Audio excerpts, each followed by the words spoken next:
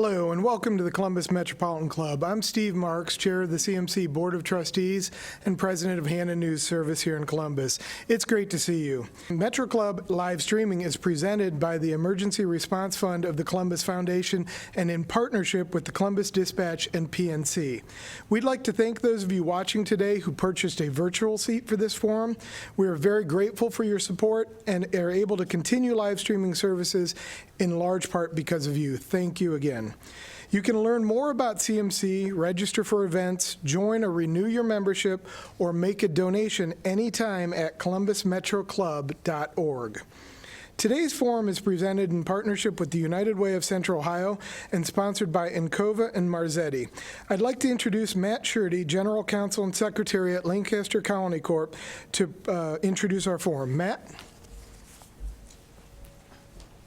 Thank you, Steve. I'm Matt Shurdy, General Counsel of Lancaster Colony, which is the parent company of Team Marzetti. After the tragic death of George Floyd, our company decided to do more to bring diversity and inclusion to the forefront of our culture. We had the good fortune of bringing in Clarence Mingo as our VP of ESG, and ever since then, he and I have been working side by side, not only to increase minority representation in our company, but also to have the difficult conversations that may surround this topic. It has been a matter of a great personal journey and professional journey for me. I couldn't be more happy to be a part of it. And while we all may have different opinions about how to move forward, two things seem universal to me. The first is that we have to take the time to listen and learn from people with different perspectives. And the second is that we must work together to empower change in our community.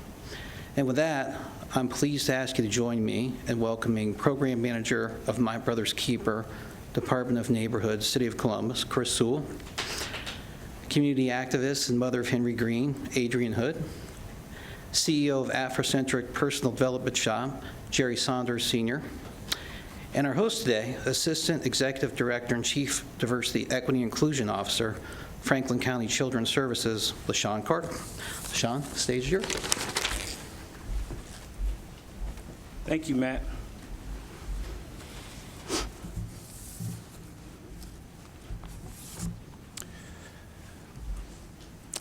If hindsight is 20/20, what are we willing to do differently in 2021 to dismantle the influence of systemic racism? What we have come to understand is that the system that is institutional racism was created, implemented, and sustained with intentionality, and it is that same intentionality that is required to dismantle it.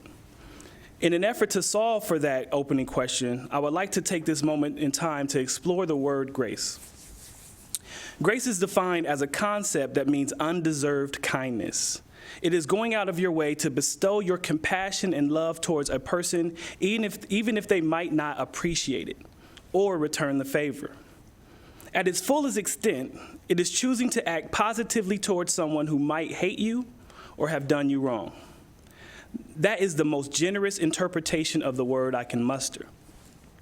Amid the last month or so, I have to be honest that it is hard to offer grace in the midst of so much oppression and heartache. Almost like a grace fatigue has set in. A feeling where you are tired of giving grace and begin crying out for accountability and atonement. I have come to understand that one of the shortcomings of defining grace is that it doesn't account for the person that receives our most generous or graceful interpretations of their actions. In the last month, African Americans in Columbus have been asked by society to offer grace in light of the murders of Casey Goodson Jr. and Andre Hill in our very own backyard.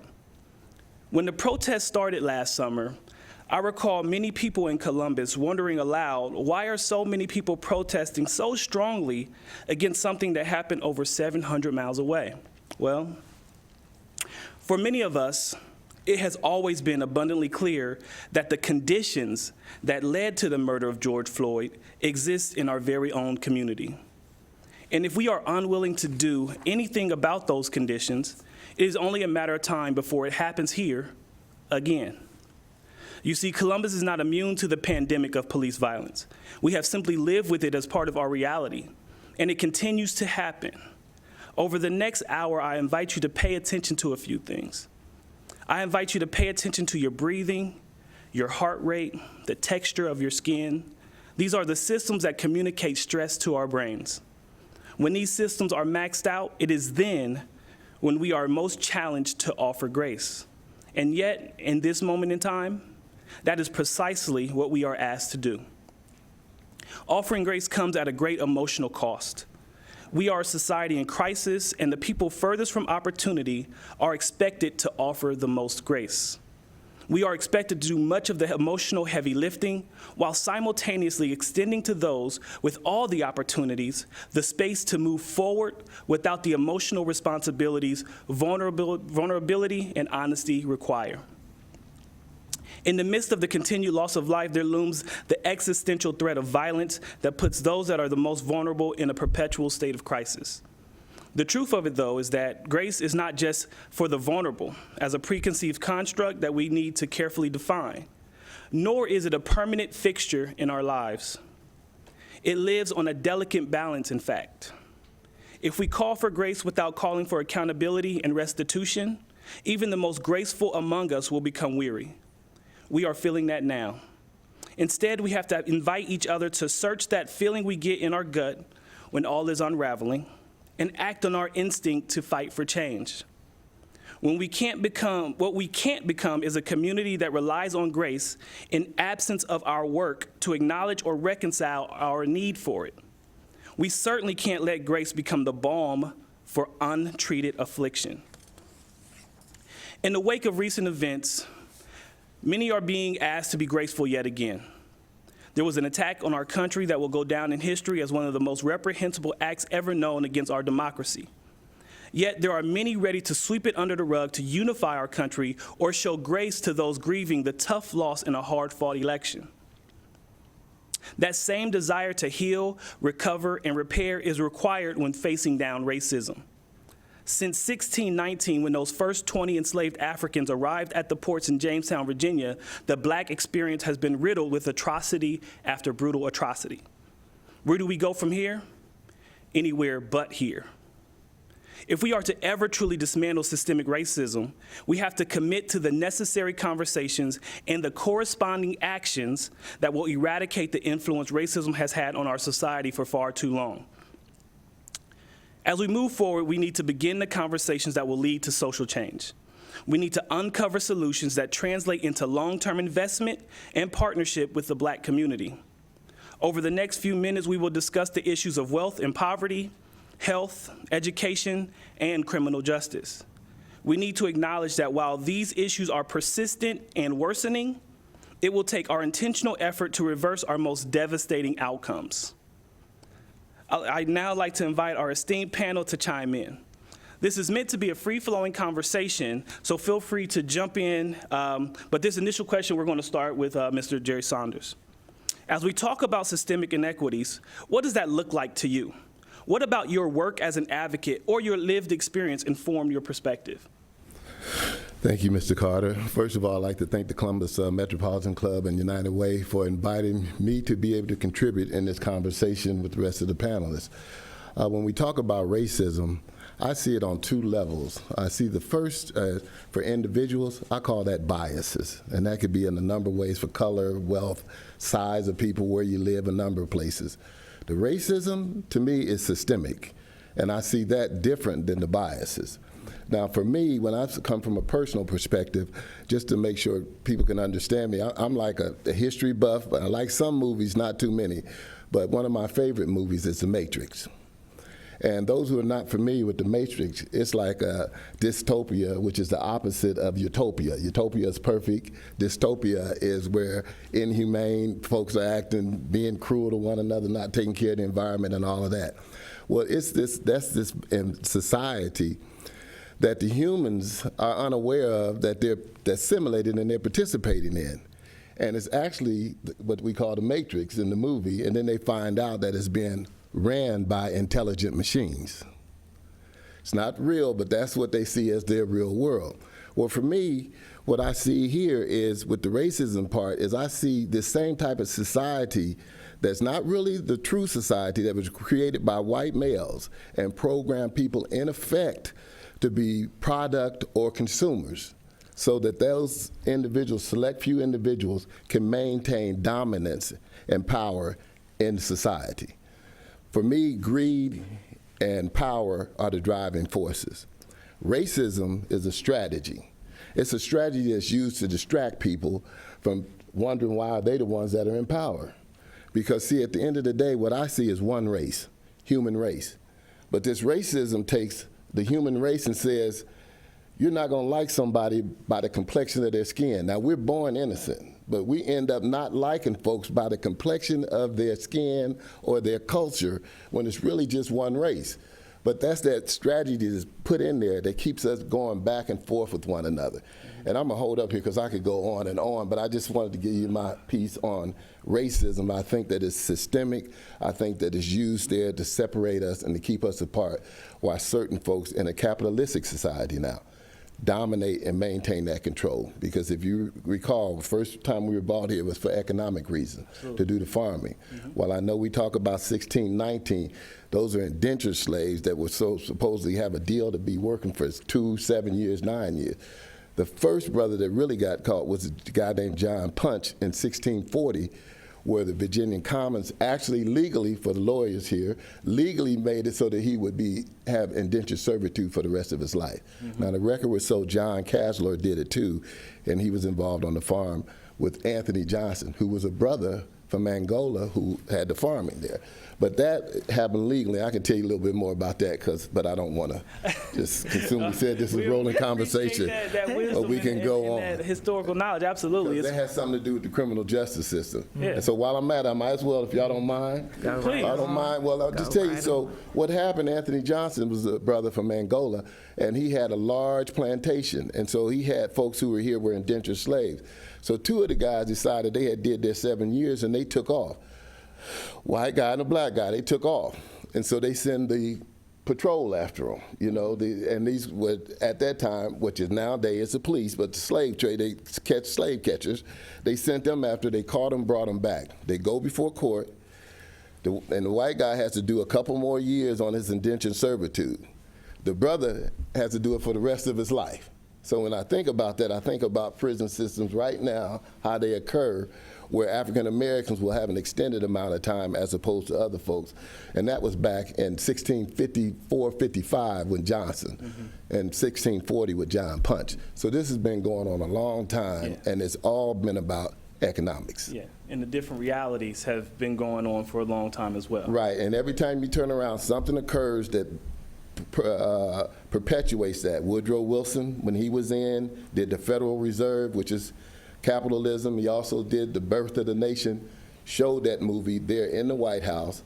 That's where what do you call those now when you do the first movie? The premiere. The premiere in the White House, teaching the KKK and also putting down black folks in there, all those stereotypes, and that occurred then from the president's office. And I think that similarly has been occurring in the last 4 years. Well, thank you for getting us started. I want to pull in Adrienne and Chris to talk a little bit about your perspective on systemic issues, and whether it be through the lens of your work or your lived experience. How do you see it in Columbus specifically?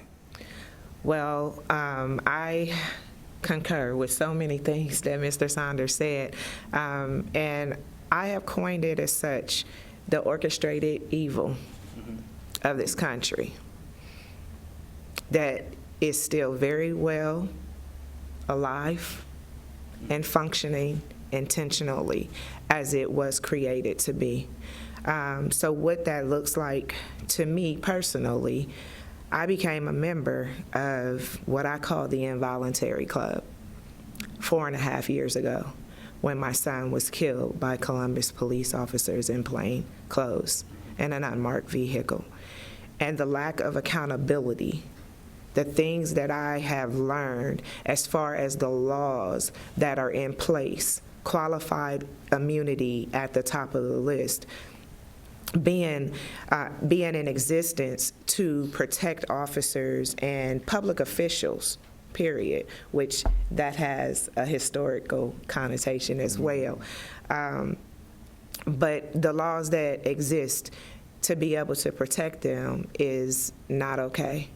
And because of that, we continue to see a lack of accountability, and to your point, still being expected to show grace to show forgiveness.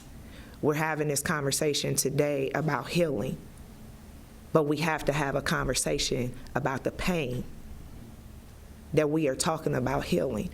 And if we can't have an honest conversation about that, then we will continue to go around this merry-go-round. We will continue to have conversations, and there'll be little actions. There are things that can be done in a very big way, but we have to have individuals that are bold enough, strong enough, and caring enough to make those changes happen. It can be done. Yeah, absolutely. And we saw in Amanda Gorman's inaugural poem, she said that hope and hurt are coexisting right now. And in order for us to move forward, we have to recognize that while we are hurting, there are many of us that remain hopeful, but we can't move forward without addressing that hurt, without acknowledging that it's present, and that's based on real things and real experience. And so, Chris, I want to bring you in because you work specifically with the population that is trying to navigate that.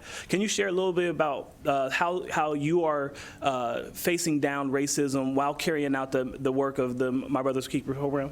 Yeah, absolutely. NBK was created, to help close some of those same disparity gaps, that go far back, to what Mr. Saunders is talking about education, talking about health, talking about safety and economics. And so in my role, I'm an advocate for, boys and young men of color, addressing some of those same needs. And over this past year, NBK has directly focused on, education and career readiness, simply through our grant program, funding three community partners that focuses on improving, high school success outcomes for our boys and men of color, right? And not just talking about when I graduate high school, what's next, but as an 8th grader entering high school, am I socially and emotionally prepared to make that transition? Is my family prepared?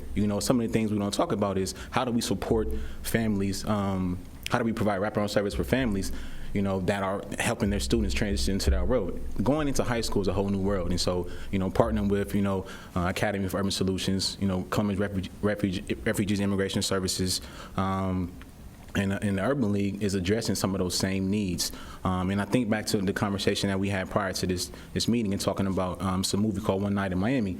Sam Cooke had made this statement, I just don't want a piece of the American pie, I want the recipe. And so and thinking about that, I'm thinking, America was built on slavery. And so why are we now asking for, a piece of something that we built, and it goes back to where we are now. We're asking for a part of history. We're asking for the American dream when we help build the American dream. Yeah, and each of you have addressed systemic racism in your own way. Jerry, you shared the history and the economic impetus. Adrienne, you talked a little bit about law enforcement and criminal justice, and Chris, you've talked a little bit about addressing issues of poverty and also as well as education and educating our young men in particular.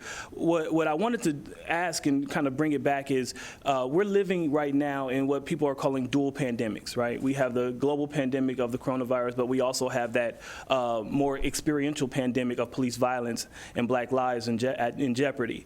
And so as you think about health and healthcare and these dueling pandemics, what does that elicit for you? What perspectives would you like to offer? Any of you can jump in terms of what we're kind of living in, because we're seeing the disparities with the infection rates and also the death rates with Black and brown communities, and we're also seeing, obviously, the overrepresentation of police violence in Black communities. So how are you kind of walking that fine line between those two pandemics, and how are you engaging with the communities you serve in that regard? Any of you can jump in. While I see all of those issues and concerns, I have a lot of hope because I see the young folks, what's happening with the young people rising up, and not only just, now I'm not going to say protesting, I'm going to say it's a movement. It's not a protest, it's a movement, it's ongoing. And they're looking at it from the standpoint of legislatively, and it's a whole bunch, if we want to say races, all ages, and everybody else. And I don't think that it's something that it's just temporary. It's a movement that is going, and it is going strong. I think that the big piece is the truth that is out there. That's what will save us actually knowing the truth, and this technology allows for young people to get to that.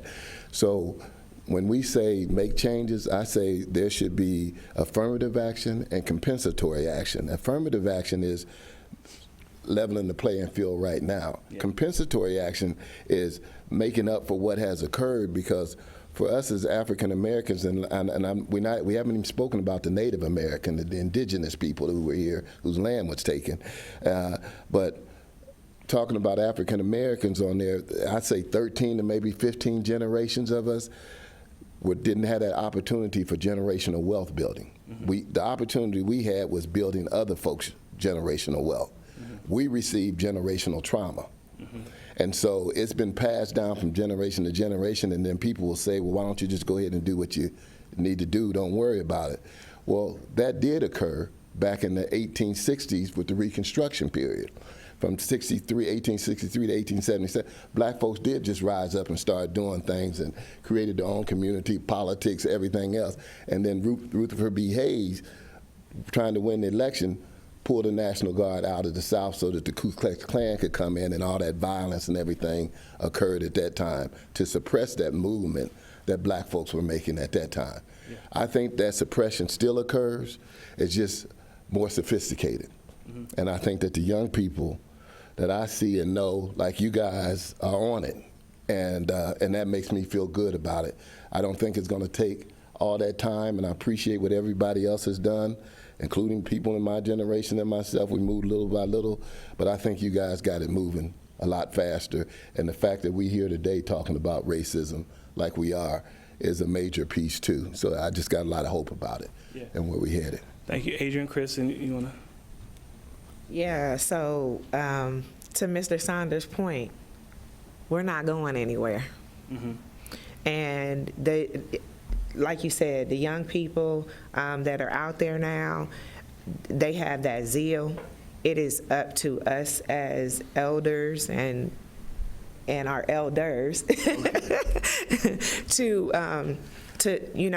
bring them in and teach them the historical piece so that we are able to continue to connect these dots.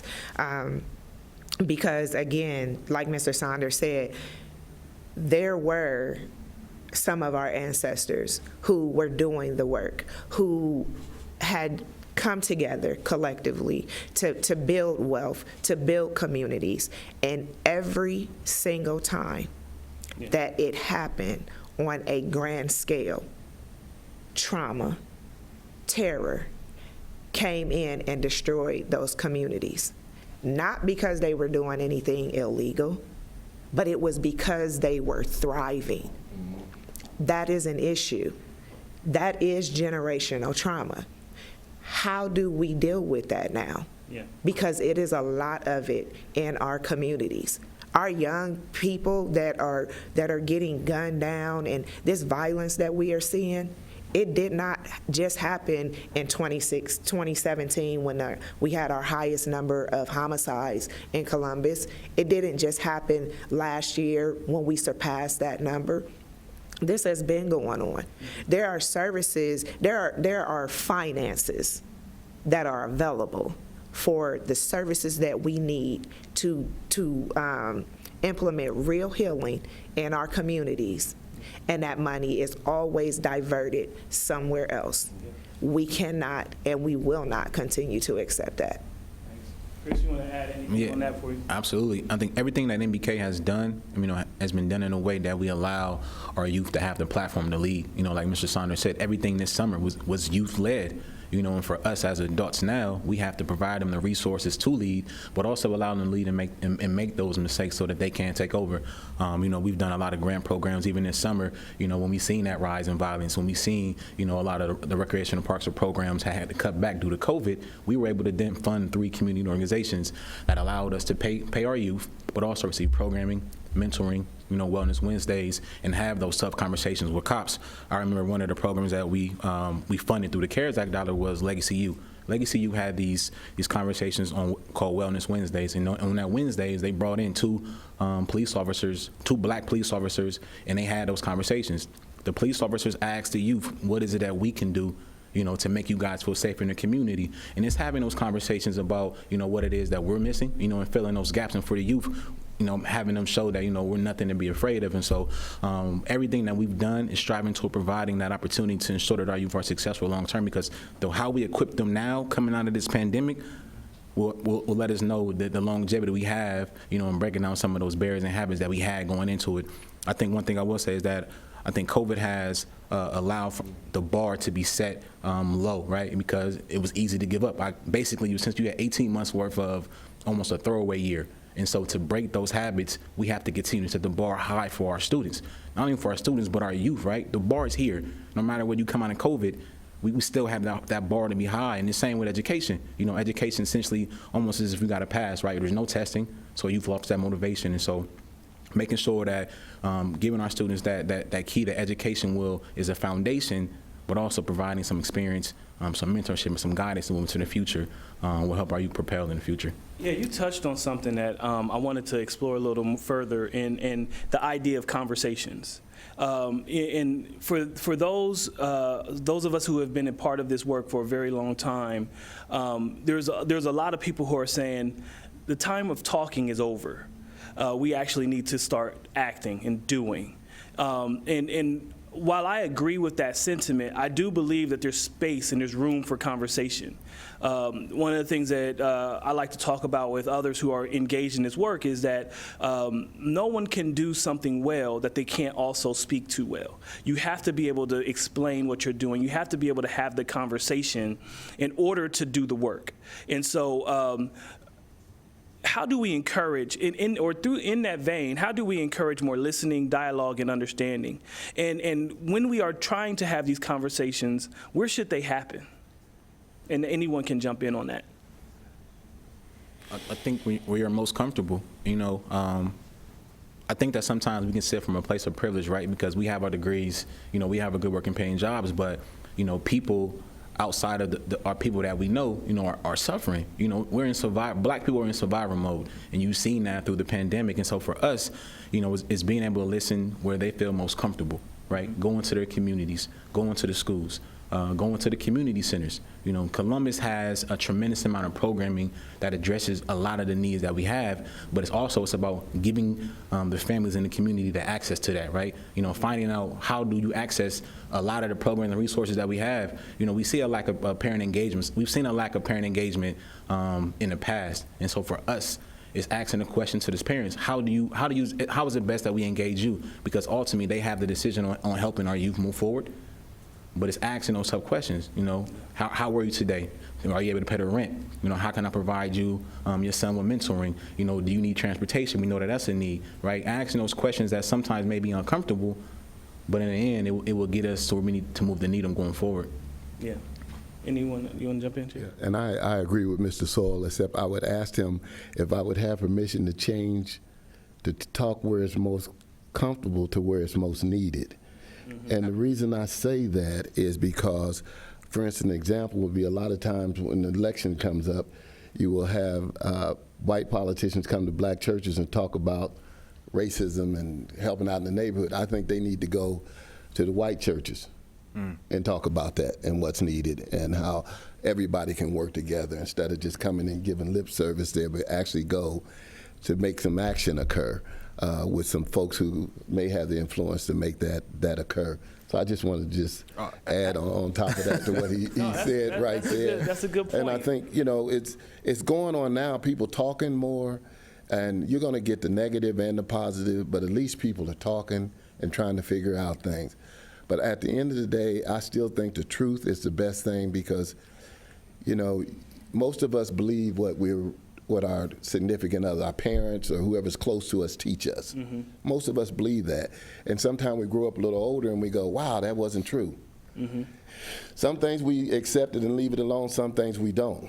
And so things like Santa Claus. Yeah. I hope our kids aren't watching, but we little and we go Santa Claus, then we get older and we go, what? Yeah. And then when we get kids, it's Santa Claus. Mm-hmm. Now that's something simple, but take racism. Bias, when somebody's teaching that I'm better than you or I'm not as good as you when you're younger, and they get older and find out that it's different, and then we start doing it with our children because with African Americans, we want our children to be safe. So we're saying, hey, Watch it when you go out and how you drive, and that permeates and that changes that kid from feeling like I can just do whatever I want to, got that energy. Yeah. So it's just a lot of those things. And I think that is detrimental in a number of ways because we do pass.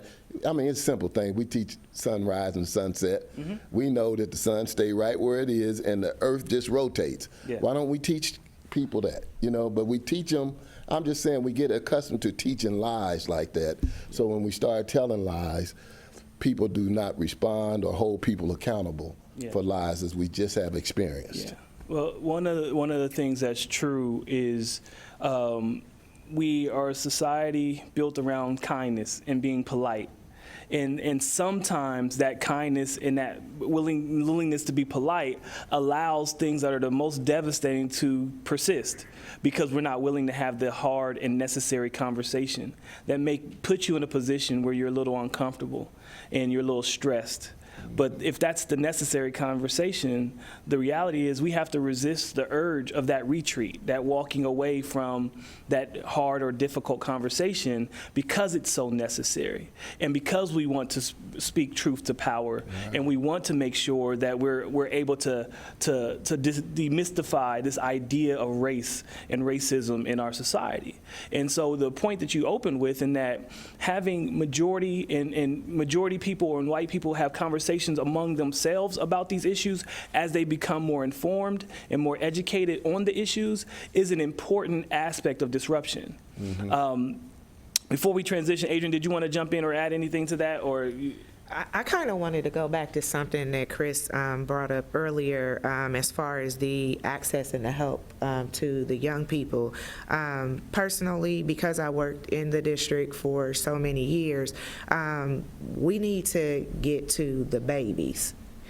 We spend a lot of time on intervention when we could be doing a whole lot more with prevention. Why do we have to have our 7th and 8th graders and our high schoolers going through all of these areas of trauma and then expressing that out into the community when I went to a summons years ago when my sons were younger, and it was called Breaking the Academic Gap Between African American Males and Everyone. And the specialist that came in and spoke to us said that based off of 2nd and 3rd grade tests, they already know how many prisons they need to build. 2nd and 3rd grade. So by the time we get to 7th and 8th grade, there's a lot of children who have already been written off. That's not okay. You are saying that a 7 or an 8-year-old you have already checked the box on? Yeah. That's not okay. And that's true. And that goes to those hard conversations that we need to have, because in that session that I went to, I sat at the table with educators who were from the suburbs. They thought I was an educator. So they're like, well, what do we do with them? I clenched my bag because I have 2 of them that you're referring to. And when they realized that I wasn't a teacher, I said, I don't know, maybe you could try talking to them like you do the rest of your students. Yeah. Expressing the same respect level that you do to the rest of your students. Yeah. Their faces were cherry red because they thought that I was an educator. And for our school systems to have so many European American teachers, male and female, in those spaces, like you said, the hard conversations have to be had, but we cannot just have conversations. At that point, you have to have a heart check, and you have to be determined to make those changes because they are leading our children. Yeah.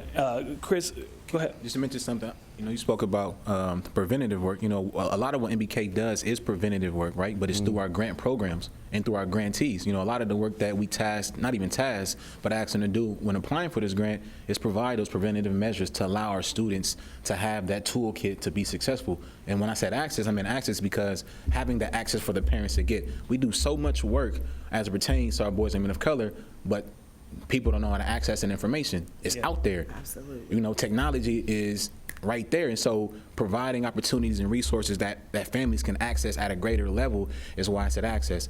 But people don't know that a lot of the work that we do is preventative work to ensure a lot of the things that go in our communities don't happen. You know, when we had that summer program, we had over about 200 kids that were part of that summer youth program. And out of those 200 kids, we only had 3 kids that were involved in criminal activities. And so when I say preventative work, that's the work that we're doing through them that gives our students an opportunity to grow. Thank you for that. Absolutely. We will move the questions from our live stream audience in just a few minutes. But before we move on, I wanted to go back to something that, Adrienne, I think you said, and when you were at that conference. We talk about the willingness to resist that urge to retreat or to walk away from the difficult conversation. You could have easily done that. You could have easily decided, you know, I'm not going to speak up. I'm just going to let them say what they say and move on. But you also could have canceled them, right? And so when we talk about resisting that urge to retreat, we're also talking about resisting that urge to cancel and bring people into the conversation so that we can provide more information, lead to more discussions, and inform people in ways that may change their perspectives or give them just another point of view as it relates to the Black experience in America. But when thinking about the majority population, how might they become more allied towards equity? Okay. I can go. I wanted to do comment on what I'm ready on what she said on there is that, right, we want to have that conversation, but there's got to be a willingness to want to change. And right now, I believe that COVID, and the reason I know that people have lost folks and they're sick and all that, and I definitely have my condolences on that. I do look at that word because, like I said, I look at words of history, COVID, and I go call out the CO, the VID, the vivid truth. Now, you can see it in a number of areas, economically, health, education, all of those places you see it. So when you say people, white folks, Black folks, anyone who want to help, it's obvious right now. I mean, it's just right there, and it's not going anywhere soon. So we can work towards making that happen. I think people got to look at their individual biases, too, to make sure that they really are doing something that's coming from their heart as opposed to trying to prove something. Yeah.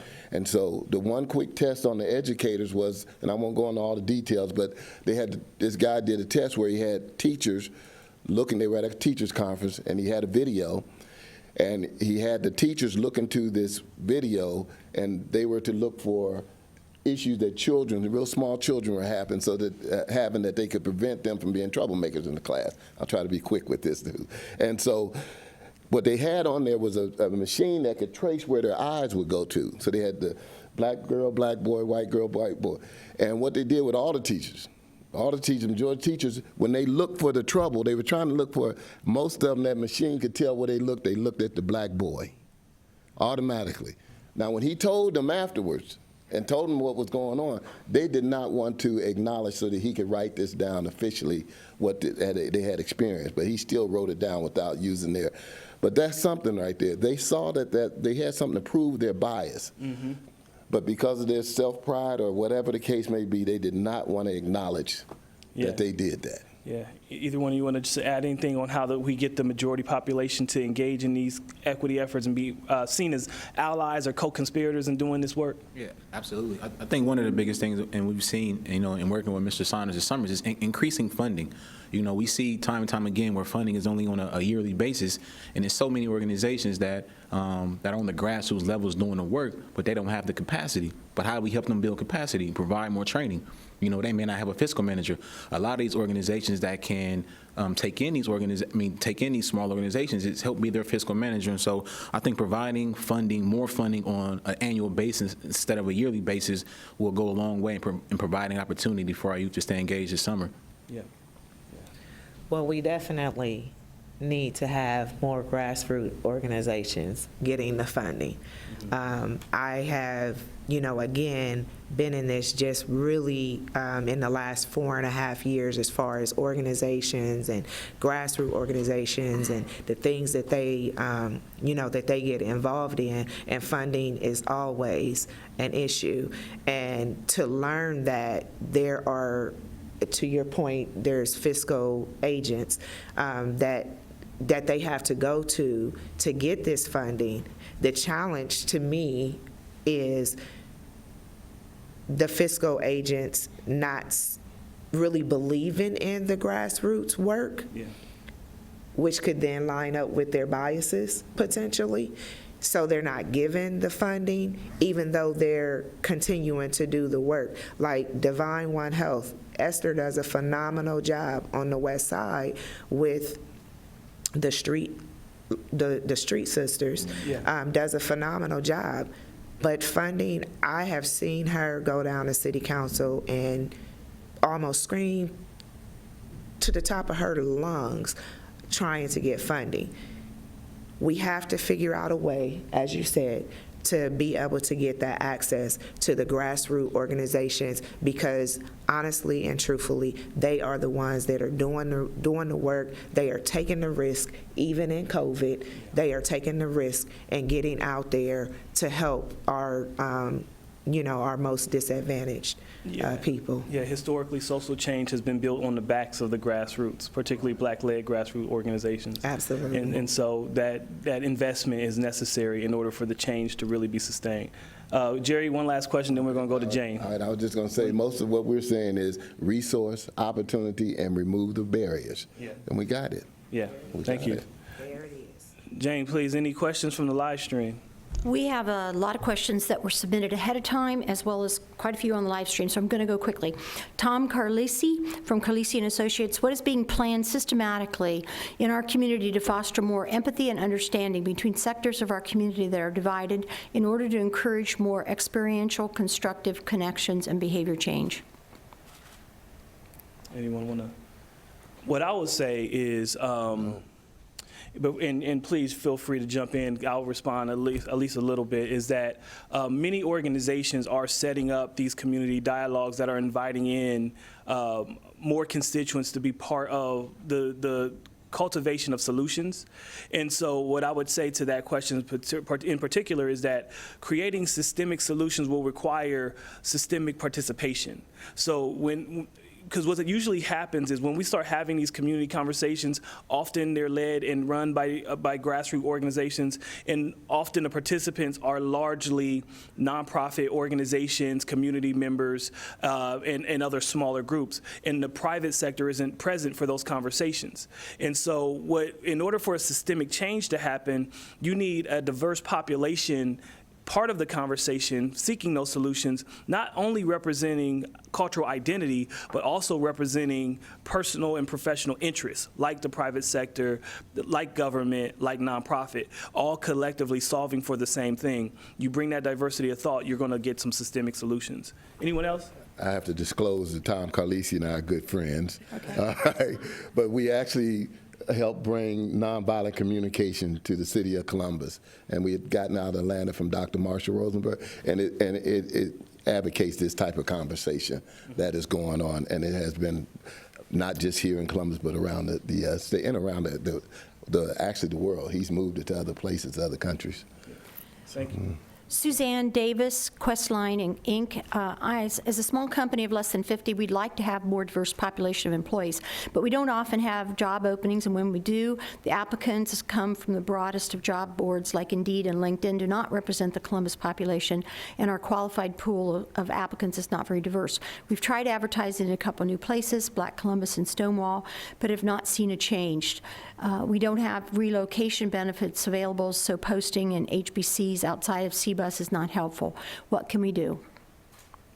I would say provide more internships. You know, a lot of the large organizations or small organizations having internships with some of our high school students that need, our internship hours. Even college students need internship hours is good, because then, one, that's word of mouth, and it's also opportunity for those students who then finish school to come back and have somebody already have familiarity with your organization. So offering internships, reaching out to city schools, offering them, you don't have to pay them a lot of money, but providing them access at younger ages then gives opportunity for those students once they get older and have familiarity to come back and then be an employee of a diverse market. Is your organization a touch point to Yes. find interns? Yes, we are in a touch point. Okay. Mary Rosling of Fifth Third, how can I continue to educate myself as a white person? What can I do to help the black community? There's bias in every race. I believe we each have to do better and be better. What are ways that we can do, what are things that we can do on a day-to-day basis to prevent bias or to teach our next generation to not repeat history? My favorite saying is build community. And it's the same, I don't care what group of folks you are, you have the same needs in those communities for a good health care system, good education system, all of those employment, good housing, all of those things are needed in all of the communities. But for whatever reason, it's separate in different communities. And if we're going to make those changes, people need those things in order to have those type of communities. And so it's a bigger than, so I know that one person can't do that. They're asking about themselves, but any kind of way they can contribute to that. And I say the same on employment. You know, you start employing people, then you get connected to more folk. But what I do say, I appreciate whatever they're doing, but I do know that, particularly in this city, a lot of cities, when somebody wants a good coach or a good player, they work it out. They get it figured out. They put forth the effort from that whole organization to go recruit the kind of person that they need. And I think the same thing can go on in terms of employment. And I think that social media, you know, it can be used for a good thing. And not that people have a lot of time, you know, to just browse through social media, but look for different things that you may not have ever thought about attending, and attend those things. People are doing Zooms all day long, and just jump on some of those to, you know, diversify yourself. Yeah, I think the key is really educating yourself and seeking out the information. There are many books, there's many blogs, there's many podcasts that will give you the type of information you'll need that you could then activate and act on.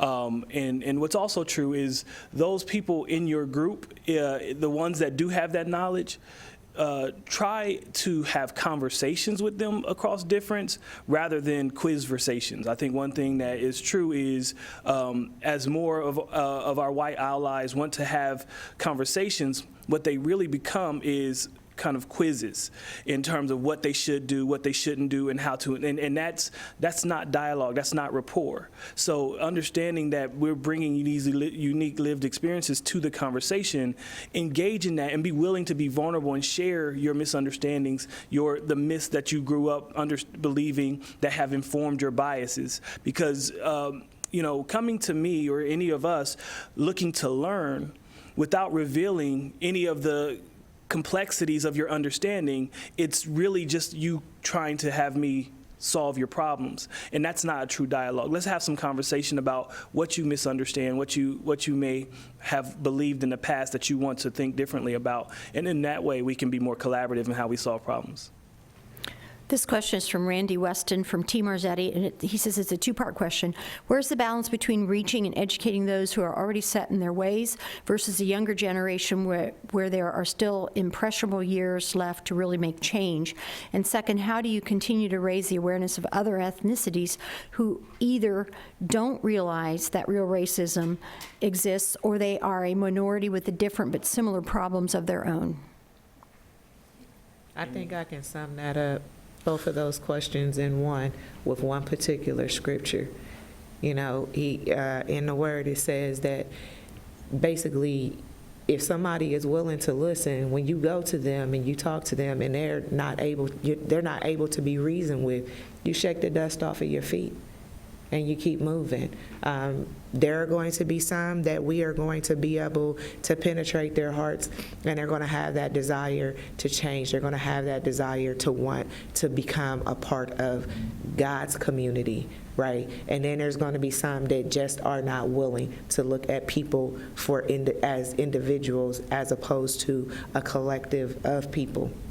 So when you have those type of situations, you do what you can, knowing that you've done your best, and you keep moving. Yeah, and I would add to that, Adrienne, that our obligation is to engage in consistent action. Our obligation is not to change anyone's minds. And so whenever we see something that's problematic, our requirement is to speak on it. and whether it changes your mind or not. And so those people who are resistant to change, resistant to understanding and different perspectives, that doesn't mean that I'm not going to continuously bring it up whenever I see it. And so that's ultimately the mandate, is when you see something that's wrong, when you see something that requires addressing, you address it and you bring it up always. That consistent action does lead to change. And so, and I think going back to our young people are watching and they're learning and they're bringing their own ideas and energy. And so we need to create pathways to amplify their voices as well, because there's a lot we can learn from them. Tim Hopman, how can we develop better collaboration across groups in different cities across Central Ohio? And he doesn't designate anything about what groups he's talking about. So I want to ask Jerry to speak on this one, because I think you're pretty familiar with this particular. So if you think about, they said different groups within Central Ohio. If you think about Bexley, and we use Nelson Road as the divide. Right. You talk about dystopia versus utopia. How would you recommend we engage a community like Bexley in this conversation, knowing that they neighbor a community that is having an entirely different experience? Well, it's interesting you asked me that, because one of my mentors is Mark Finkenoff, and he was the city developer of Bexley for 26 years, right? And he has been one teaching me about community for so long. And so the difference that I see there, that was set up to build community. Everything that's needed for those folks there, that pride, everything in terms of the investments and all were there. African American community, anywhere in the country, you see the freeway go right straight through where our business and our residents were, and that was done a while ago, and that was intentional. So when you talk about community, we already know what's happened. The same thing happened with the soldiers and everything else. So I know we're getting short on time, so I'll hold up on that, but I would just suggest people look up Red Summer. Yeah. 1919, Red Summer. Thank you. Jane, yeah. I'll just conclude. Sean, you mentioned parental involvement, engagement. What kinds of things are you doing to make sure that parents really are engaged so that students do have an upbringing and they can get a lot of that influence from a good home? Well, this summer, I mean, not this summer, but, when online learning started, MBK launched this Boost program, which was bridging optimism and opportunity for our students, which allowed us to be allowed us to partner with 10 community organizations to provide, the academic assistance that students needed. And we've seen that when the pandemic started, the Black community suffered because we weren't prepared for online learning. And so addressing that instant need of education, but also using CARES Act dollars to fund community organizations that are in these students' circumference, meaning that they feel comfortable going to our rec centers, they feel comfortable going to program managers who are leading these organizations, because that's where their comfort is. And so for parents, it's staying involved, right? Making sure that students, work is being checked, making sure they know that they're going to this rec center at this time, keeping the students engaged is a way to keep them away from staying in trouble. And I think that by using the LECs to one, give our students programming, academic assistance, meals, and mentorship helped, during this fall semester of online learning. So, for us, that's a key. And then, staying up to date with MBK updates. MBK has done a lot. Most recently, we launched our We Rise Scholarship Fund that addresses the educational gap that kids have, especially during the pandemic. And so with that scholarship fund, it allows kids to pursue higher education if they want it. And so, like I said, we talked about earlier, resource access for parents is what's the best way for us to reach you so that you can know opportunities that students have to stay engaged. Thank you, Jerry Saunders, Adrienne Hood, Chris Suel. Thank you for this conversation, engaging this dialogue. I know there's so much more that we can talk about, and we're really just scratching the surface of these conversations. But I think the most important point is that these conversations have to continue, as well as the work. So I appreciate the time. I'll turn it back over to Steve Marks to close us out. Thanks a lot. Thank you, LaShaun. I hope you found today's forum enlightening and hopeful, maybe at times difficult, but there's a lot of work to be done. It should not be intimidating. It should be inspiring. And if all of us move daily and try and be better people and work together, I think we can accomplish great things. I really I've got a few announcements here. Our forum next week will feature a conversation on race, equity, and how all of us can be involved in conversations towards change. Thanks for our live stream support today, presented by the Emergency Response Fund of the Columbus Foundation in partnership with the United Way of Central Ohio, the Columbus Dispatch, and PNC, sponsored by Encova and Marzetti, and all of our online virtual seat patrons. Thank you all. A special thanks to our speakers. We could not do this without you, Chris Suel, Adrienne Hood, Jerry Saunders, and LaShaun Carter. We hope to see you again soon, but until then, be well and stay safe.